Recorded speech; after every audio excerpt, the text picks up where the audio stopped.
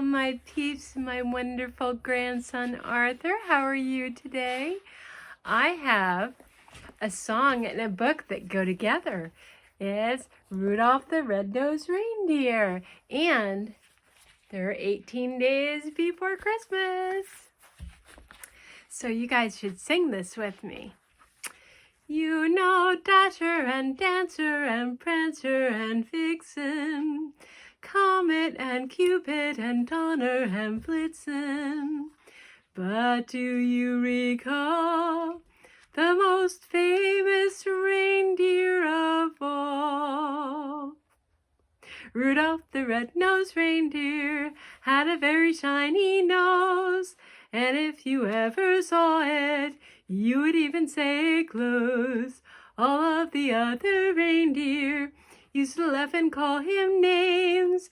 They never let poor Rudolph play in any reindeer games. Then one foggy Christmas Eve, Santa came to say, Rudolph, with your nose so bright, won't you glide my sleigh tonight? Then how the reindeer loved him as they shouted out with glee, Rudolph the red-nosed reindeer, you'll go down in history. Now, the actual story. Once there was a reindeer named Rudolph who lived at the North Pole in Toyland. Rudolph was younger and smaller than the other reindeer there. They all had proud, tall antlers. Rudolph's antlers were only tiny stubs.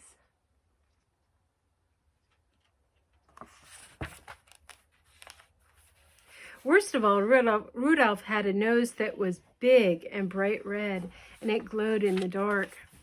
Poor Rudolph, he wanted to be like the other reindeer in Toyland. Oh, to have a small brown nose instead of a big bright red one. The other reindeer made fun of Rudolph and called him names. Rudolph the red-nosed reindeer, they teased over and over again until tears glistened on Rudolph's large red nose. Sometimes the other reindeer made a circle around Rudolph and sang, red nose, such a funny sight, big as an apple and twice as bright. They kicked up snowballs with their tiny hooves and covered Rudolph with a blanket of white, fluffy snow.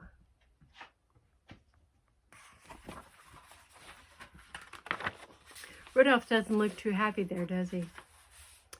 All the reindeer loved to play games. They played tree tag and snow slide and tumble bones. But Rudolph was never asked to play.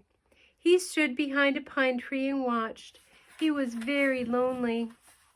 Rudolph couldn't even play hide and seek with the rabbits. His glowing nose kind of gave him away every time.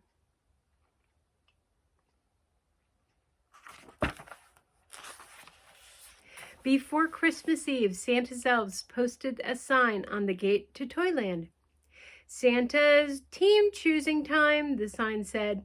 All the reindeer were asked to line up at 8 o'clock in the meadow. Santa Claus was coming to choose the team that would deliver presents to every good little boy and little girl in the world. The reindeer fairly danced with excitement when they heard the news. They pranced and tossed their antlers and pawed the snowy ground with their hooves. Each reindeer hoped he would be chosen to guide Santa's sleigh.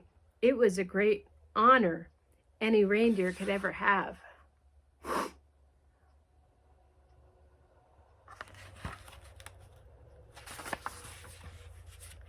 Rudolph sighed. He was so ashamed to have Santa see his bright red nose, so he decided to hide. At 8 o'clock, when all the other reindeer had gone to the meadow, Rudolph hid behind a holly hedge. His bright red nose blended in with the bright red berries, and the thick growth of leaves concealed the rest of him. Nobody would find him here.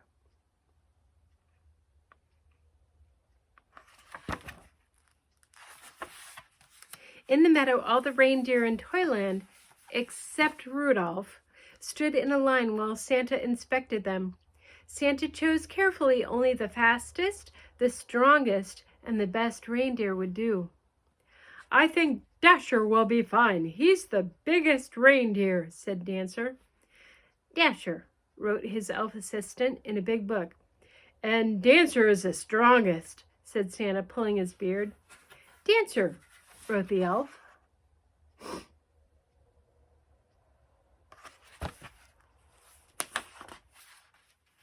"Ho, ho, let's see," continued Santa. "Here's Prancer, and here's Vixen. They make the smoothest landings on rooftops. Comet is the fastest, and Cupid is the most sure-footed. I pick them. And last, I choose Donder and Blitzen. They're best at twisting over treetops and skipping over telephone poles." The reindeer and Santa's team were very happy. They rubbed noses, they danced, and clinked their antlers together. Even the reindeer who weren't chosen were given good jobs. One was to try out electric trains. Another was to cuddle Christmas kittens.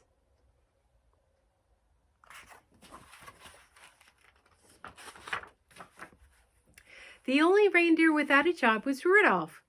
He wanted to help, but he knew he would be laughed at. So he stayed hidden behind the holly hedge. It was Christmas Eve at last. Santa's elves were busy packing the sleigh. "I don't care if they do make fun of me," said Rudolph suddenly. "I want to help too." He dashed from his hiding place behind the hedge and went to find Santa. "There must be something I can do to help."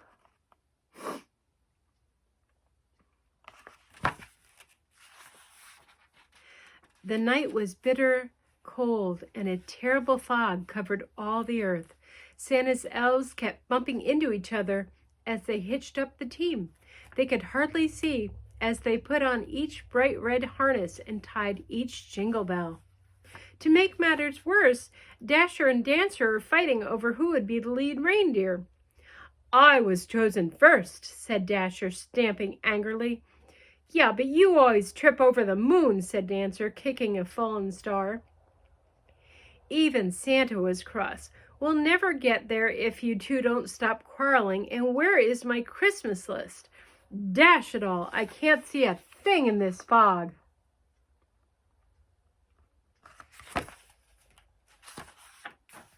Just then, a soft red glow lit up the snow. "Thank goodness," said Santa, suddenly jolly again. "I found my list. Ho, ho! I must have tucked it in my belt." "Who brought this fine lantern?" asked Santa. "I must take it with me. Why, I can see perfectly now." "It's not a lantern," said Rudolph, trembling. "The light comes from my nose."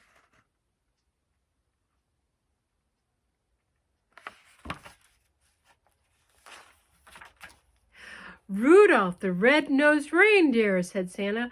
"I'm certainly glad to see you. Your light will guide my sleigh tonight. I appoint you head of my team and #1 reindeer in all the world." Rudolph held his head high. Proudly he pranced to the front of the team. All the other reindeer bowed. Donder and Dancer helped Rudolph put on his harness, and Cupid gave him a beautiful sprig of holly berries.